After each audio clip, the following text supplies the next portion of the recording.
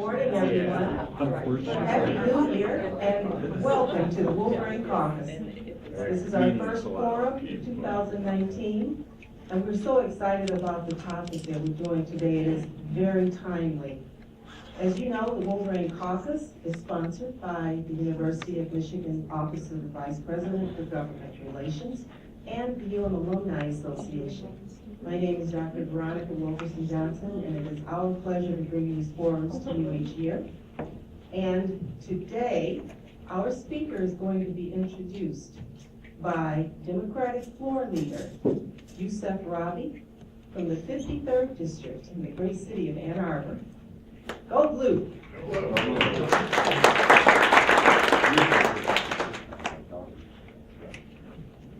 Alrighty, well, thank you all for being here this morning. It's a pleasure to be here to introduce our speaker for the day. Before I get going, I do want to recognize a few of my colleagues. Joe Tate is in the room, State Representative Joe Tate, and then we have State Representative Doug Wozniak as well, sitting right next to him. So thank you to both of you for attending. As was said, my name is Yousef Rabhi. I'm the Democratic floor leader, state representative out of the city of Ann Arbor, representing most of the University of Michigan's campus, including the Big House.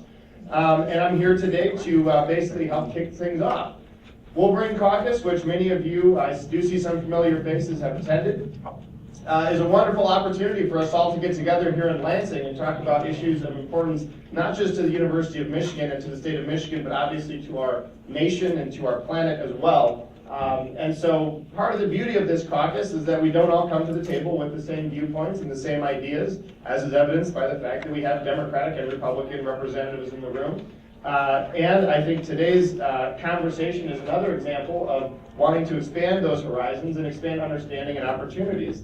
So our guest speaker today is Alan Deardorff, who is the John Sweetland Professor of International Economics and Professor of Public Policy. His research focuses on international trade. He's been integral in the development of the Michigan model of world production and trade, which is used to estimate the effects of trade agreements.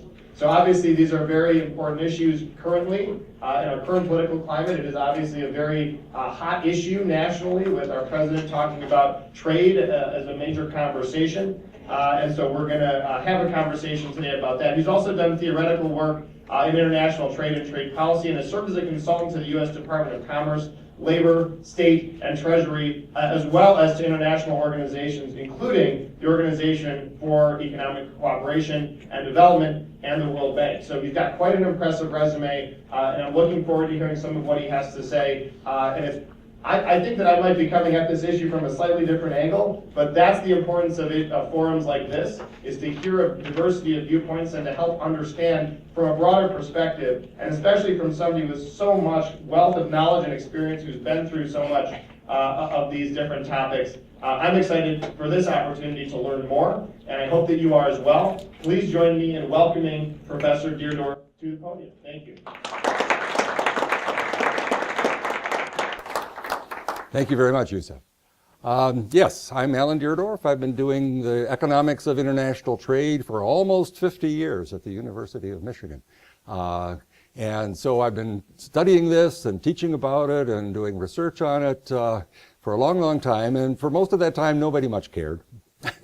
Trade policy, okay, tell us about it. But it wasn't, generally speaking, an issue that very many people got excited about or exercised about. That changed a little bit with NAFTA coming along. There was some pretty strong views on that.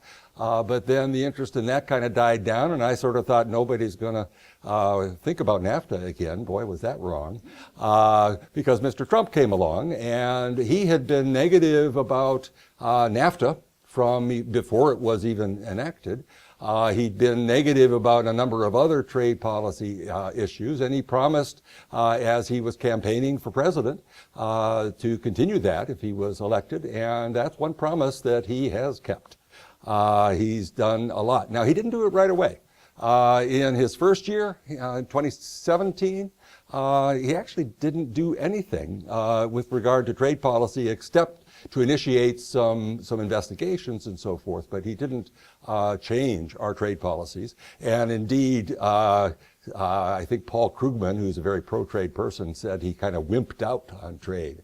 I don't know if that prompted Trump to change what he did. I don't think so. But anyway, 2018, boy, has that been different. In 2018, President Trump has, and his administration has done quite a long list of things, adding tariffs on many, many products, renegotiating the NAFTA, and so forth. So those are the things that I want to talk about today. But I took the last couple of words off the title that I saw was distributed. Knowing that I was going to be talking here, I thought, well, I ought to find out a little bit more myself about the role of trade in the state of Michigan. And so I put a bunch of things in here to try to give me some better sense of how important all of these things are to the state of Michigan, since that's since I'm talking to you. And I'm going to be going through a number of these things. In fact, I've got way more slides here that I'm going to be able to use. My plan is here. I want to start not with the trade policies that Trump has done, but with just some background on aspects of international trade for the state of Michigan. I looked up a bunch of data and came to the conclusion, I sort of knew this before, but I think it can be argued that in a sense, the state of Michigan relies on international trade more than any other state, certainly as much as any other state. So it's extremely important for us. Then I'll turn to, in pretty much chronological order, the various things that President Trump has done in international trade. Some of these I'll spend very little time on, and depending on how the time goes, I may have to jump over some of the things that I'd really like to do. But you can see the list right there of the things that happened in 2018. He put tariffs on solar panels and on washing machines. He put tariffs on steel and on aluminum. He has threatened to put tariffs on cars. That hasn't happened yet, but it may still. He put tariffs on about half of everything we get from China. And then he sort of renegotiated the trade agreement we had with Korea, South Korea, and in a much larger way renegotiated the NAFTA and also renamed it. So those are the things that I'm going to go through, and I'm going to try in each case not only to say what it was, but connect it a little bit with the state of Michigan. So, well, I already said, Michigan, the state of Michigan, trades more than most other states, maybe all other states. I'll show you some numbers here in just a second. Now, not surprisingly, most of our exports and our imports are of cars and car parts. It's the most important industry by far. And who do we trade mostly with? Well, Canada and Mexico, because of the North American Free Trade Agreement. I think this would have been true, but less so without NAFTA, but it is certainly true now with NAFTA. So here's if you can make it out, a chart of how the state of Michigan ranks in terms of several different measures of international trade. On the far left, if we just look at the dollar value of Michigan's trade, and what I'm doing in this slide is I'm adding up both the exports and the imports of each state. Well, California leads that list, but it's a very big state. We're number 5 on that list. So we're a major, but not by any means the biggest trader in terms of exports plus imports. But of course, that is a little misleading because we're not nearly as big a state as California, for example. So on the far right, I've looked at our exports plus imports again, divided by our gross domestic product. And there, we're even higher on the list. We're number 2. We're after Louisiana. I don't know a lot about Louisiana. I suspect that there's something about these data, which I got from the International Trade Administration, that may attribute to Louisiana a lot of exports that simply go through Louisiana, since it's a port. Of course, the same thing could be happening to some extent for Michigan. But in any case, if you do it per GDP, then we're number 2. And we're beat by a country that I think isn't even on that list on the left. So what happens if you try to combine these two things? If you do a weighted average of the ranks of these states, well, it depends on what weight you use. But I found that if I put a weight of 1/3 on the dollar value and 2/3 on the dollars per GDP, Michigan is number 1. We're the state that trades more than anybody else in that particular sense. Now, how does that work for the individual things? Well, on exports, we're the number 6, and that's true both in dollar value and per GDP. On imports, whoops. Oh, compare, by the way. Michigan's rank, if you just rank us by GDP, is number 14 amongst the 50 states, actually 51, because these data all include District of Columbia as another entity. We're number 14 in GDP, we're number 6 in trade, and that already suggests to you that we're kind of trading above our weight, you might say, and indeed we are. As an importer, in dollar value, we're number 3. Per GDP, we're number 1, okay? I don't know if you think of that as something that the Michigan does, but it is something we definitely do. We are a huge importer of goods and services, and when you divide by GDP, we import more than any other state. What do we export and import? Well, no surprise there. The pie chart there shows in pink I can't quite read it from here, and you can't read it even, well, anyway, transportation equipment. That includes airplanes, but I'm guessing we don't send out a lot of airplanes. So it is mostly cars and car parts. That's our exports. Our imports, even more so. Okay, but the biggest part of that is transportation equipment. So of course, this is no news to you, but the car industry is of paramount importance still today for Michigan and for Michigan's international trade, which of course was going to be relevant for a number of things I'm going to say about President Trump's trade policies. Who do we trade with? Well, what have I got here? This is North America. Our exports in dollars we're the 3rd largest exporter to the other countries of North America in dollar terms, and the 2nd largest per GDP. And imports were number 2 and number 1. So yes, that's where we do most of our trade, is with Canada and with Mexico. I've also included here our trade with China, but there our ranking is much closer to our ranking by GDP. Same thing for our trade with Europe. In fact, actually, we tend to be a little bit less of a trader with Europe than our GDP might warrant. So it's absolutely our trade with North America that dominates all of this. For the trade with North America, I've looked here at who are the other states that export a lot to North America. And we're number 2 on that, as I said. We're beaten only by North Dakota on that. And the imports were number 1. So who's close to us? Well, Montana is close to us, but there's a big gap there. You can see, in fact, that's why I wanted to point it out. Whoops.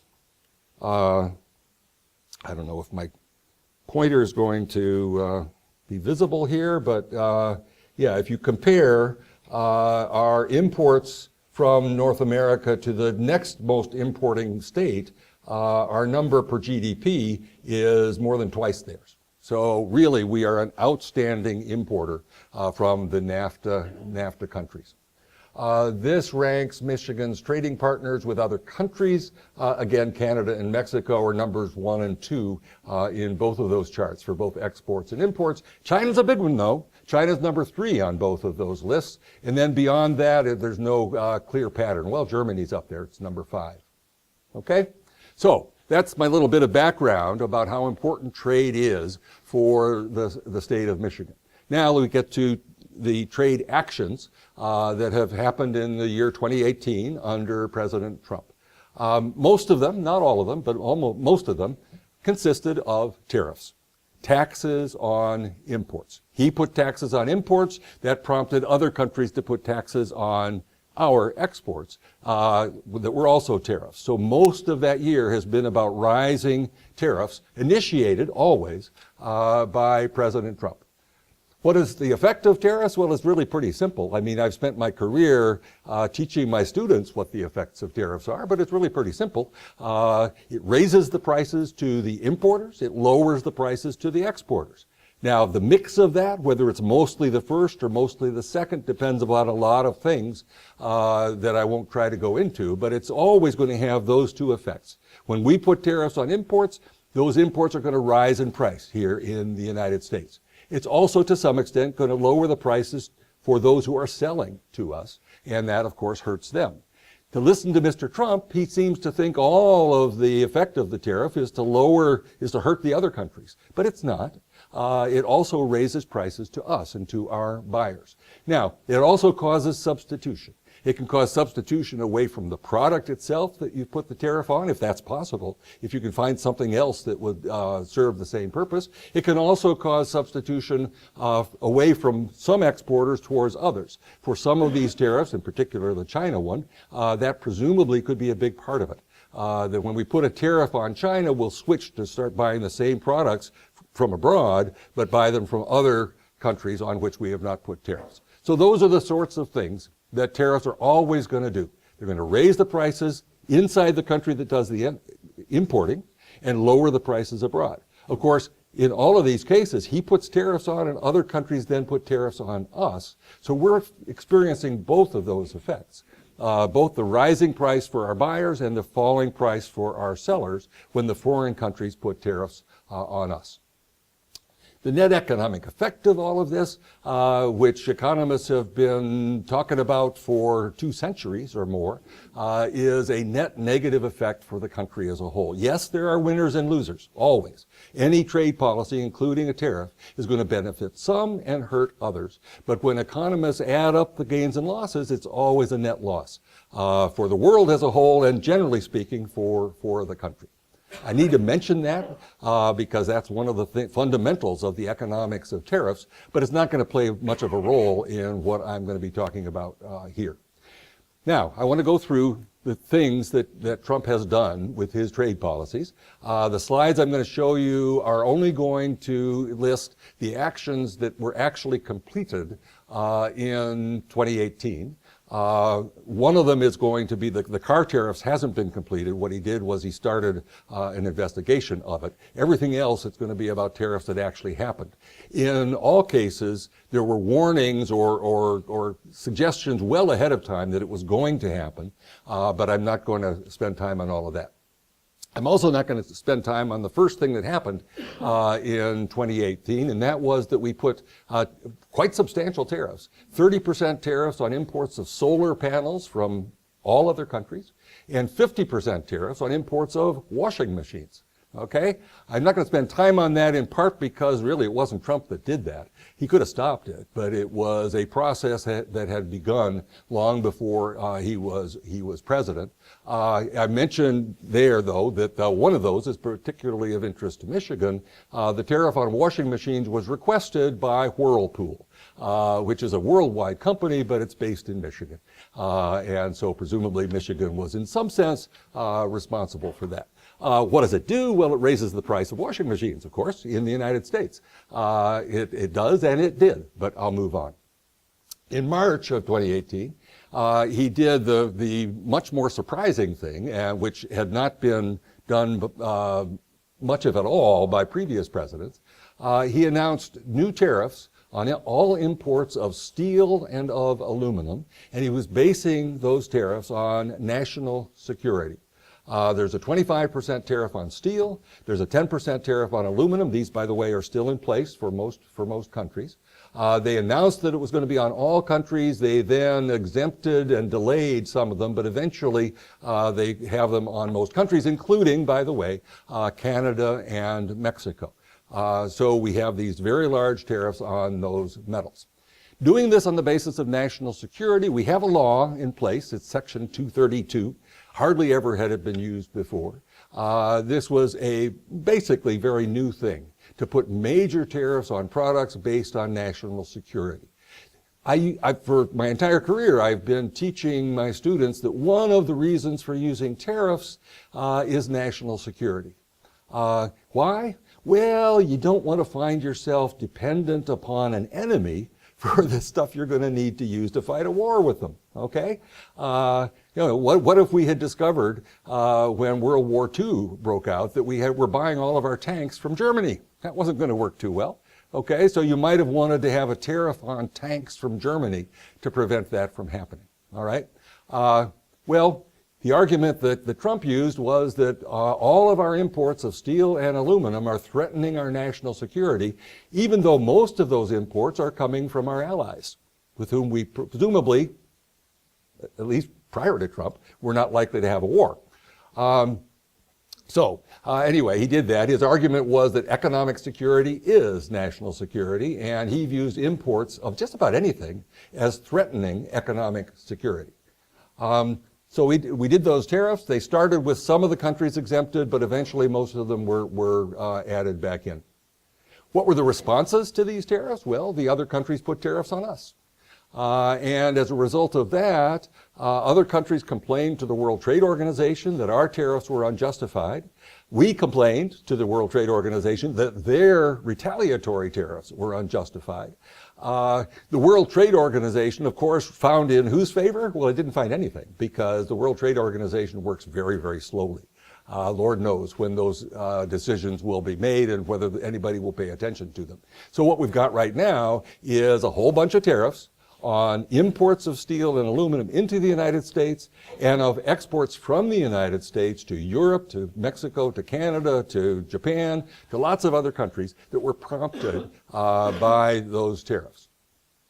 Who benefits from all of this? Well, of course, our producers of steel and aluminum do benefit. And I wanted to see, how does this matter for Michigan? So I tried to learn how much steel is produced in Michigan. There's the AISI. I don't remember what that stood for, but the S must be steel. Some sort of an organization that listed 12 producers of steel in Michigan. And then another source said that there were 76 suppliers of aluminum.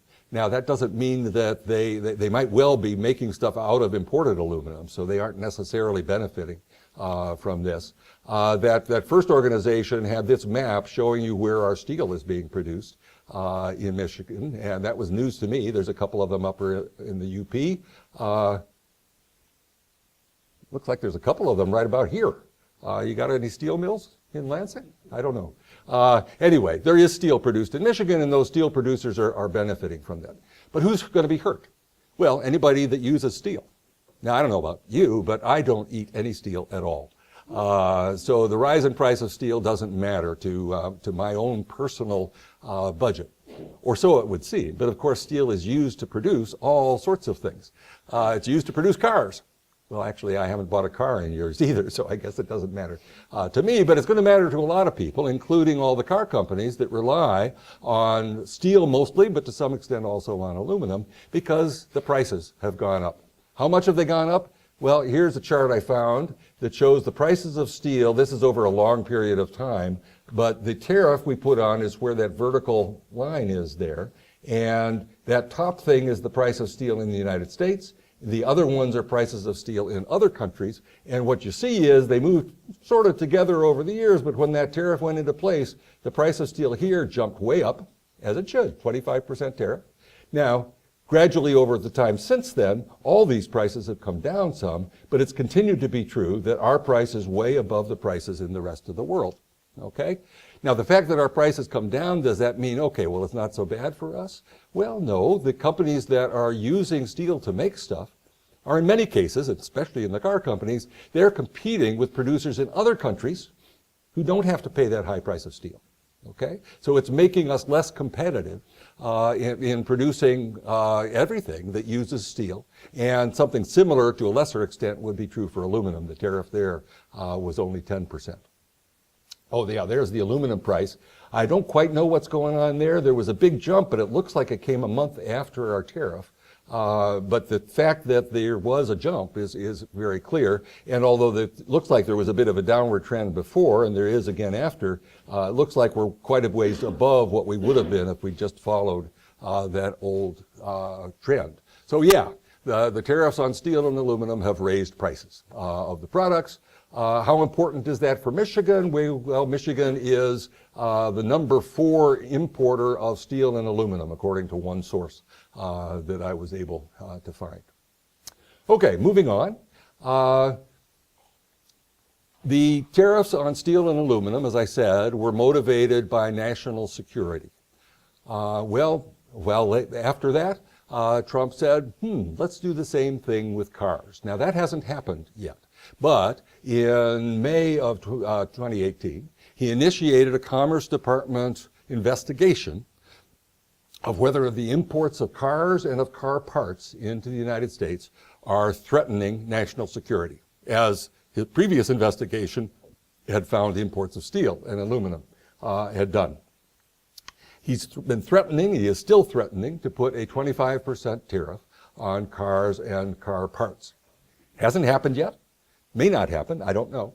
But if it does, it's going to be a much bigger deal than the tariff on steel and aluminum, because the amount that we import as a country is far, far bigger for cars and car parts than it was for steel and aluminum. There's some numbers there. So who would benefit from all of that? Well, you might think that U.S. car companies would benefit. If we put tariffs on imports of cars, then Ford, GM, Chrysler, to the extent that they're here, are going to they'll be competing with more expensive imported cars, and that should help them out. Well, the thing is, of course, all of these companies are multinational. They're making cars all over the world.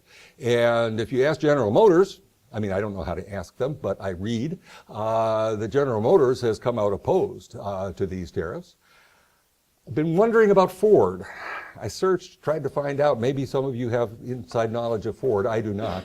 I haven't found them coming out in favor of or opposed to the tariff on cars. So maybe the Ford Motor Company feels they would benefit from it, but General Motors clearly does not. The United Auto Workers, they have been pretty consistently anti-trade for a long, long time. Certainly that's been true for their view of NAFTA. They have spoken in favor of some tariffs, but they want them to be targeted. I'm not quite sure what that means. And they have at least acknowledged that broad tariffs or quotas, a quantitative restriction on trade, they said could cause harm, including mass layoffs for American workers. So even the UAW is a little bit nervous about what we might do with the tariff on cars. So who would be hurt by all this? Well, to the extent that the car companies are using imported parts, and they are, they're going to be hurt by that. And of course, U.S. car buyers will be. They're going to have to pay more for cars. Oh, right, okay. The Center for Automotive Research, which is based in Ann Arbor, but is not, as far as I know, affiliated, or at least directly, with the University of Michigan, does lots of research on cars and on international trade. And they did a study which estimated what the effect of the 25% tariff would be on the prices of cars. It depends a lot on whether we put it on all imports or if we exempt Canada and Mexico. We are not exempting Canada and Mexico from our tariff on steel and on aluminum, at least not yet. And so it's not clear that we would exempt them from a tariff on cars. But it matters a huge amount. The table here shows what it would do to the prices of cars according to this study, but the answer is for the US-made cars, it would cause the prices to go up by between $1,000 and $2,000 per car. For the imported cars, it would go up by quite a bit more. So prices of cars will go up if we do this, and American consumers are going to suffer from that. But perhaps more importantly, it's going to make the car companies suffer in their competition with the cars made abroad, which won't have these effects on the prices of their parts. Oh, they had a bunch of other stuff. Yeah, I forgot that. They had estimates of what it was going to do to employment. Answer is negative. They had estimates of what it was going to do to the new car dealerships. And this isn't just in Michigan, this is for the whole country. And it's going to be harmful for them because they're going to sell fewer cars. And it's even going to cause some loss of employment, although in the smallest case, there's going to be just 4 workers lose their jobs per dealership. But of course, you don't have very many workers in a dealer, so that's substantial as well. So where do we stand? Well, the Commerce Department report on this that was commissioned or instructed to be done by Trump is due in February, so a little less than a month from now. The Financial Times yesterday said, and this is a quote from them, President was leaning towards slapping tariffs on automotive imports in the hope now, and this is important because maybe this is what this is all about, in the hope of forcing Brussels, the European Union, to further open the European market to American farm products. Okay? We'd put tariffs on their cars so they would lower their barriers to our farm products, soybeans maybe. I'm not sure what all they buy from us. Indeed, this is the art of the deal, okay? You threaten nasty stuff in order to get them to do things that we want. And he wants them to buy more of our farm products. And he's willing to threaten tariffs on cars that will hurt a lot of people in the U.S. But if he never actually does it, if it just causes them to open up their markets more, then even I probably can't complain. If we don't actually use the tariffs, and if they lower their barriers, hey, that's a good thing from the point of view of a pro-trade economist like myself. So maybe that's what this is about. Maybe that's what a lot of these things are about. This is one quote that suggests that that's one of the things that he has in mind. Now we come to China. In July of last year, we put our first tariffs on China. They were put in place on $34 billion worth of Chinese exports. And why did we do that? Well, I think I put this in the next slide. Yeah. The basis for this was not national security. The basis for this was that the Chinese are stealing our intellectual property, stealing or otherwise appropriating it. And that is unfair. Again, he had commissioned a report on their trade practices and had found that China was trading unfairly, but in particular through their theft and otherwise adoption of our intellectual property. So that was the reason for this. The report found that it could be done, and Trump then announced tariffs. First on what I mentioned, $34 billion, but in the next month and 2 months, he put more tariffs on $16 billion and then even more tariffs on $200 billion, to the point now that we have in place tariffs of about, I think, 10% on $250 billion worth of China's exports. That is, on exports that if we hadn't done this previously in the previous year would have been $250 billion. Presumably the tariffs have reduced the amount of those imports. So we did that, and then they responded. And it is, I might have been willing to say that we were already in a trade war with the tariffs on steel and aluminum, but we are surely in a trade war with these tariffs on China, because they, like the exporters of steel and aluminum, have responded by putting tariffs on us.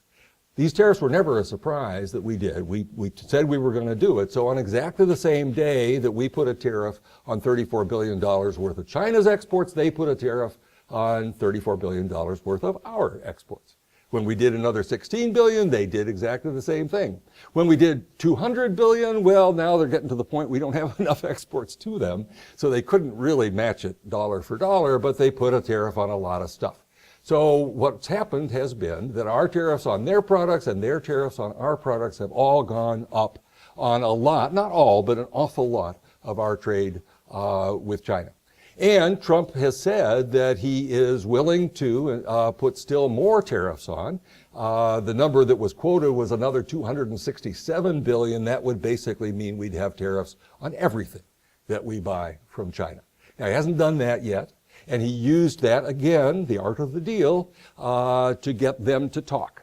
So we now have conversations going on between the Trump administration and the Chinese administration to try to come up with a deal that will allow us to bring those tariffs back down. And to some extent, as we'll see in a minute, we've gotten a little bit of progress on that.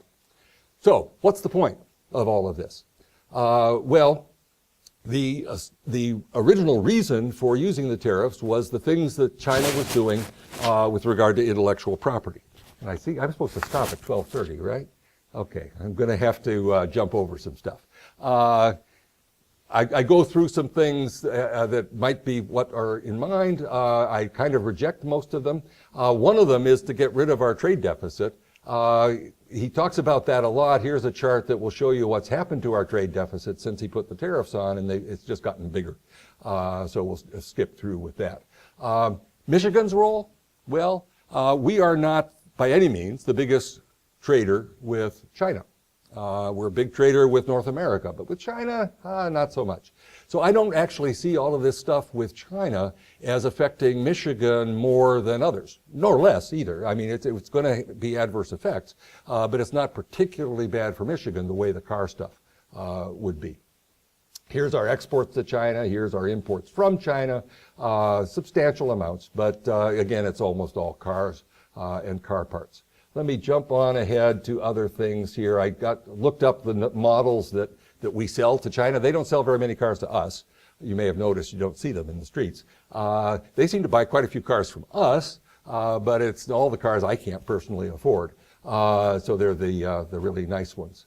And some of them come from Michigan, but not all of them. The bottom line is I don't see Michigan as being particularly harshly affected by all of this. Moving on, we did an amendment to our trade agreement with South Korea, but that amounted to very, very little, and I'll move on from that. And then we did the NAFTA, or actually we changed the NAFTA. At the end of September, our negotiations with Canada and Mexico to renegotiate the North American Free Trade Agreement, those negotiations were completed. We actually completed it first with Mexico, and then we pressed Canada to sign on, and then somewhat surprisingly they did. The result of it is a new agreement that it's the old NAFTA with some changes. Are they big changes? Trump says yes. What do others say? No, not so much. But there are some very important changes there. The least important of which probably is that Trump wants to change the name. It will no longer be a word you can say, NAFTA. It's the USMCA, not referring to the United States Marine Corps at all, but the U.S.-Mexico-Canada Trade Agreement. Okay? So, what is NAFTA? NAFTA is a free trade agreement, which means that the countries that are in the agreement have zero tariffs on almost everything they buy from each other, although they keep their tariffs against outsiders, whatever they were before. For that to work, it is absolutely necessary in all free trade agreements that there be what are called rules of origin. A product doesn't cross from Mexico to the United States tariff-free automatically. It only crosses tariff-free if the product satisfies the rules of origin, the idea of which is, well, it should have been made here in North America. But those rules of origin can get very, very complicated. But that's the main thing that NAFTA was, and the new agreement also is. There are a bunch of other provisions in NAFTA that I list there, but I'll just skip over them. USMCA will be, again, a free trade agreement, but those rules of origin are being made stricter, harder to satisfy. So fewer products, if they continue to be made the way they are right now, will cost tariff-free across the countries. And therefore, if they continue to be made the way they are now, they'll be subject to our tariffs on those products. But of course, the objective is to get them to be made differently than they currently are, to use more inputs from within North America so as to move jobs to here. There are some other features of the new agreement, but I'll skip over those. What is most important for Michigan? Absolutely, the tighter rules of origin for cars and car parts. And there's two pieces to this. The old NAFTA had a rule of origin that said for cars and car parts to cross tariff-free, they had to have 62.5% of their value provided from within North America, the three countries. We've raised that in the USMCA to 75%. Okay, so a substantial increase. What's that going to mean? Well, it's going to mean that either if they keep producing the same way, they're going to start having to pay the tariff if something comes from Mexico to here, but it has only, let's say, 70% North American content, or they change what they do. They use fewer imported inputs, use more imports from North America. Why would they not have already done that? Because those inputs are more expensive. So that will raise the price too. Either they pay the tariff, which raises the price, or they buy more expensive inputs, which raises the price. That was expected. From the moment they talked about doing a renegotiation of NAFTA, we knew they were going to tighten those rules of origin. But they also put in something new. And that new thing is that something where it depends on the product, I guess, between 40 and 45% of the content must come from labor that is paid $16 an hour or more. Well, not a lot of labor in Mexico gets paid $16 an hour. So what are they saying? You got to use more labor from the U.S. And Canada. Again, if you don't do it, you're just going to have to pay the tariff, or you're going to have to start doing more of your production in high-wage U.S. and Canada. Either way, the prices are going to go up. So what's this going to do? If the rules of origin are satisfied, you're going to have higher costs of production. If they're not satisfied, you're going to have tariffs on the traded inputs and on the traded final products. So either way, the prices go up. Therefore, demand will fall, and therefore the products are going to become less competitive internationally to the extent that we ever want to export any of what we produce here. All of this applies to everything that we do, but it applies absolutely especially to the car industry, okay? What does this do to labor? Well, on the one hand, in Mexico, they're encouraged to use more North American content, so they might employ more workers. On the other hand, they're encouraged to, well, the advocates of this might say, oh, they're going to have to start paying their workers $16 an hour. No, that's not going to happen. Their wages are way too far below that for that to make sense. So they may move a bunch of those activities into the U.S. or Canada, so employment may fall in Mexico. But do we care about Mexico? Some of us do, not everybody. But what about the U.S., employment in the U.S.? Well, on the face of it, it looks like, oh, we're going to have to use more U.S. labor, right? Both to satisfy that first requirement and the $16 one. So surely employment will go up. Well, not so much if our prices go up and our demand falls and we sell fewer cars or fewer stuff. So then employment might actually go down. So we don't really know whether this will affect labor positively, even in the United States or in Canada. Will the thing be ratified? It needs ratification in all three countries.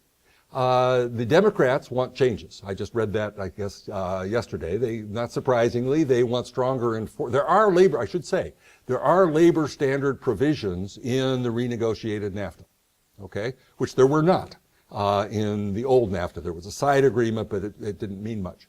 There are labor standards in this new agreement, but the UAW still complains that they're not enforced. They want greater enforcement of those things. And they also want, the Democrats, for us to get rid of the tariffs on steel and aluminum from Canada and Mexico. Maybe surprisingly, Canada and Mexico did not succeed in getting that when they negotiated the New Deal. So what's going to happen in Congress? I don't know. Many of you are closer to politics than I will ever be, so you may have some sense of what's going to happen there. Will it get approved? Will it not? I don't know, but it can't even come up for approval quite yet because one of the things that has to happen is a report from the United States International Trade Commission. They're working hard on their report, right? Well, no, the government shut down. That's one of the units. I mean, a former student of mine works at the USITC. You can go online and start buying some of her clothes because she's trying to raise money to replace the income that she's not getting. So the USITC isn't functioning right now, and therefore they're not doing the report that has to go to Congress before they vote on this whole thing. Trump has threatened, apparently the original NAFTA has a provision that you could issue a 6-month withdrawal notice. He hasn't done that yet, but he has threatened that he will. I actually kind of wish that he would, because I think, much as I don't like the new agreement, I think it is far, far better than getting rid of NAFTA. And I'd rather that he get that threat to get rid of NAFTA in front of people so that they'll approve the new agreement, rather than we end up after, when he's unhappy, him pulling out of NAFTA. But anyway, who knows how that's all going to go. So, to conclude, Trump's trade actions in 2018 are going to raise prices to consumers and all sorts of things that I've talked about. It's going to raise costs to producers in all sorts of things. There will be some producers that will benefit from the raised prices of the imports, but by and large, you're going to find harm to consumers and most producers from all of that. That's going to be true throughout the United States, but it's going to be especially true in Michigan because we're one of the biggest traders. We're maybe, by my calculations, the biggest trader. In addition, if we care about this, I do, but some may not, we're alienating all of our friends. Other countries are not happy with any of this stuff that we've been doing, and I think that's not a good thing either. Okay? Might they serve any purpose? Well, they certainly aren't going to reduce our trade deficit. That's another whole story about the economics of trade deficits. Will it motivate other countries to change their behavior? Maybe. China has now already, I skipped over a slide that might have said this, in retaliation against our tariffs on them, they raised their tariff on imported cars, which was 25%, up to 40%. Okay? But in these recent negotiations, they have now said they will, and maybe they already have, reduce their tariff not just from 40, but down to 10%. Okay, that's an improvement. Will he get China to change their behavior? Will he get Europe to change the things that he doesn't like about what they're doing? Has he gotten Canada and Mexico to change things he didn't like? He thinks he has, to some extent. So maybe all of this will lead to far better behavior on the part of all the other countries in the world, and we'll go back to getting basically the same low tariffs we used to have. That's the best possible outcome. I won't ask you how many believe that's going to happen. I'm rather doubtful, but that's where we stand. And that's all I have for you, and I probably have used all my time. Yes, I've used, so I don't know whether I can take questions or not. I'm happy to, but yeah. You indicated with Europe that the real target might be to increase American farm export. Well, that's what I read in the Financial Times. Yeah. Do you think it's possible that with China, the real target is the intellectual property, alleged theft, and then the ownership requirements, or is it to reduce imports? Well, one of the slides I kind of skipped over there was trying to sort that out, and I can't sort that out. The ostensible reason for the tariffs on China is what they do with intellectual property. That was the report that was commissioned, came out and said they were trading unfairly, and it was all about intellectual property. And that was the reason for putting tariffs on them. It has worked in a sense. They've made more positive noises, promising to behave better. It's going to be hard to enforce that, though. How can they make a real commitment that we're going to believe that they're going to change their behavior? And is that really what Trump cares about? I don't think so. Now, one thing I know he does care about is the trade deficit. We have a huge trade deficit with most countries, and certainly with China. But there's no way these tariffs are going to change that. Those trade deficits depend on something else. The Chinese believe, at least so I've read, that what this is all about is to keep China down. Okay, we feel threatened by this rising economy that is either is about to be or already is a larger economy than we are. And we don't want to give up our place as the largest, most important somehow economy in the world. And if we can hurt them, that's worth it all just for itself. That's not how I look at it, but I wonder if it isn't how Trump looks at it. So I don't know. Yeah. So the United States has artificially strong currency. So actually, almost your full tenure as an educator, we've seen trade deficits for the United States. China has an artificially weak currency, they're a net exporter. So I guess, what do you think that role plays in terms of wage disparity in the United States and or other countries, and involvement that we have with our trade with other countries, and who sees the profits from our strong currency and other countries' weak currencies? Well, it's certainly true that when our currency is high, it makes it harder for us to compete. Many of you are, well, actually not that many. A few of you are old enough to remember the early 80s when our currency appreciated by about 50%. And of course, a large part of the country, but especially Michigan, was hurt by that. So a rising currency is very painful for us, and it has been rising lately. Now, why has it been rising lately? Partly the strength of our economy, partly the tax cuts that Trump put in place, partly the interest rate increases that the Fed has done. All those things have contributed to the stronger U.S. dollar and to the weaker currencies abroad. There is also the question of whether other countries are manipulating their currencies.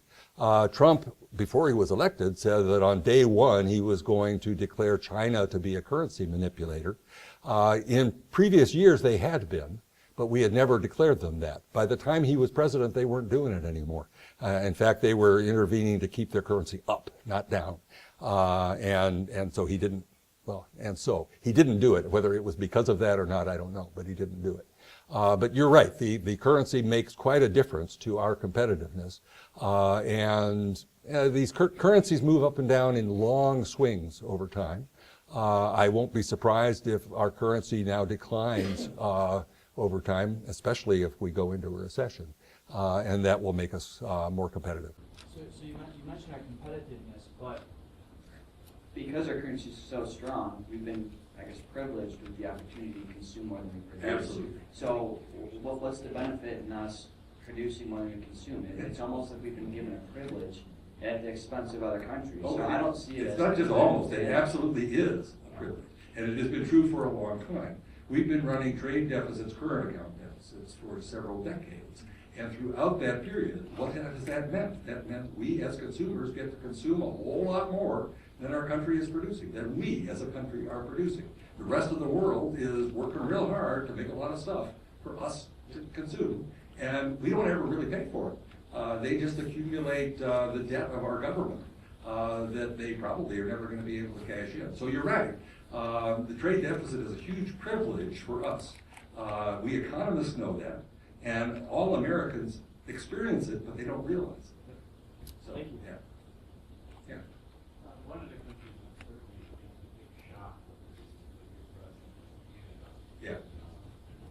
Quite beautiful, laid it out all the way with their summit and everything. Do you think Canada's over the shock of, I'll say, the Trump era, and are we dealing with them on a reasonably straightforward basis, or do you think they're likely to have another, bit of peak over something that we probably provoke? I have no idea. I don't think they're over being hurt by us, but I don't think they are ever going to be in a position to do much about it. They've been doing their best to try to diversify away from such huge reliance on the American economy, but they're never going to get very far away from us. They are geographically so much tied into us. I mean, they could become less dependent on us if we got rid of NAFTA completely, but it would ruin their economy and their country. So no, they don't want that, and they know they don't want that. So they'll try to get whatever they can to keep us from hurting them even more. But they haven't been getting very much, and they probably won't. Thanks. Yeah. Collecting on the tariffs as a nation, collecting on the tariffs as a nation, I read some articles that we're actually not collecting the tariffs yet, but it's complicated. On the actual tariffs. Okay, I don't know about that. I don't know why we wouldn't be collecting them. I mean, if the products are coming in, the customs officers have the tariff schedules in front of them, and they know what they're supposed to collect. So this is news. I read it says it's delayed, I'm confused too about it. That's why I'm asking the question. Huh. Well, yeah. From what I've heard, we not only are collecting them, but it's turned out to be a huge problem for transactions that were contracted for before the tariffs appeared. And then you've got the problem is, does the buyer or the seller pay the tariff? And apparently they're paying it because they're very upset about that. There's lots of legal actions trying to deal with that. So does that help Our budget? Yeah, I mean, I didn't stress, but of course it is true that tariffs collect revenue. Now, the revenue, one of the basics of economics is that the dollar value of the revenue we collect from tariffs is not as big as the harm caused to the buyers and sellers. But do we collect revenue? Absolutely. And in some economies where they don't have very much other way to collect revenue at all, tariff revenue can be hugely important. In our economy, it's not, because we have so many other ways of collecting taxes, I should say. Now, I guess this touches on something that I might mention. At one point, apparently, Trump said, our renegotiated NAFTA agreement is so wonderful for us, it means that Mexico is going to be paying for our wall. And exactly what he even thinks he meant, or, well, okay, thinks, not that word. But does he mean in tariff revenue, or does he mean in something else? I don't know. It's not true in either case, although it must be true that we are collecting more tariffs from everybody else. I mean, we do have all of these tariffs on steel and aluminum and on China. On Mexico, not so much. I mean, we have a free trade agreement. Now, we are levying tariffs on their steel and aluminum. But aside from that, there's nothing in what we're already doing or in the renegotiation of the NAFTA that's going to change our tariff revenue much from them. Yeah.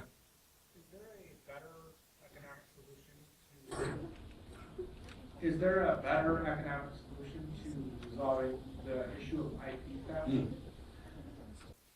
Well, I'm not sure there's a better economic solution. I think there's a better political solution, which and I think we might be justified in blaming prior administrations for not doing something about that long ago. The fact that China has been officially requiring investors there to turn over their intellectual property to joint ventures that then become Chinese, and unofficially, we think, people have been stealing the intellectual property. That's been true for years. There's been complaints about that for years, and our administration has complained about it, but they really haven't done anything about it. Should they have? Yes. What should they have done? They should have joined together with all the other advanced economies that deal with China and are suffering from exactly the same thing, and taken a united front to China to try to get them to change their behavior. That would have made some sense. Would it have worked? I have no idea. But one of the oddities of this whole experience is that before we even went after China, we first alienated all those other countries with our other tariffs.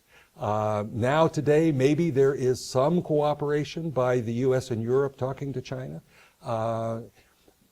but that's just talking. And should we be using tariffs to try to change their behavior? I think tariffs are too costly to do that, but others might disagree. But where we were going to do that, it would have been better if we'd gotten our partners in Europe and Japan and others to do it along with us, because we'd have had a lot more leverage on China than we have just doing it alone.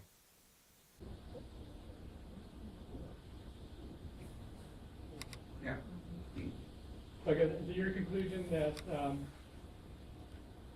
NAFTA, the current NAFTA, WTO, been net positive for the U.S. and Michigan economy? Oh, yeah. I mean, before Trump ever came along, it has been my view, and that of most economists, that the NAFTA has been a net positive for the United States and especially for Michigan. It allowed the supply chains to extend across all of North America and across the world as well to some extent.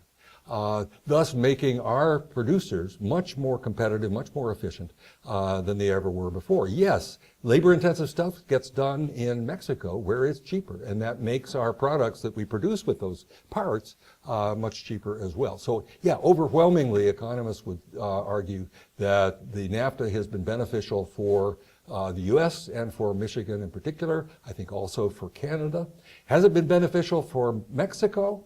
I think it probably has been, but it's been a big disappointment there that the wages did not rise really at all. And we had very much hoped that they would. So I'm less confident that Mexico has gained from it all, but the U.S. and Canada definitely have. You also mentioned the World Trade Organization. The World Trade Organization, what it does, or when it was working well, is it provides a legal framework, a rule of law, to constrain countries from hurting each other with their trade policy, something that countries did horribly back in the 1930s. The WTO and its predecessor, the GATT, was created specifically to prevent countries from doing what they did back in the 1930s. And until Trump came along, it seemed to be working really, really well. Now, is it still working? No. And is there hope for that? I don't know. Trump would love to get rid of the WTO. And by simply ignoring it, he may succeed in doing that. But I think overwhelmingly the WTO has been beneficial for the U.S. and more broadly for all states in the U.S., including presumably Michigan. Please join me in thanking Professor Rabhi.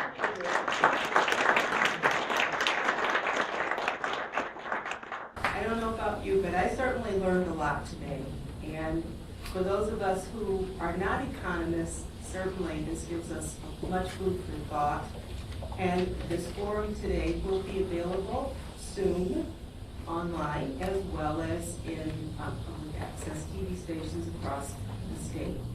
So we thank you for being here today at our first Wolverine Caucus of 2019. And on behalf of the UM Office of Vice President for Government Relations, we always like to give a token of our appreciation, which is this gold Wolverine Caucus pin. So on behalf of Wolverine Caucus, thank you. Professor Deardorff.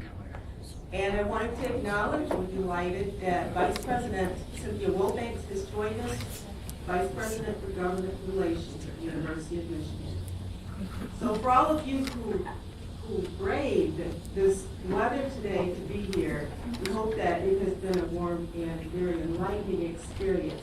And we hope that you'll join us again in February, on Tuesday, February 26th, when we'll be talking about the opioid epidemic, ways that it is being helped by the University of Michigan Opioid Prescribing Engagement Network. So hope you'll join us then. We'll be at the Benstone building. You'll get more information soon. And in the meantime, be safe out there and go blue.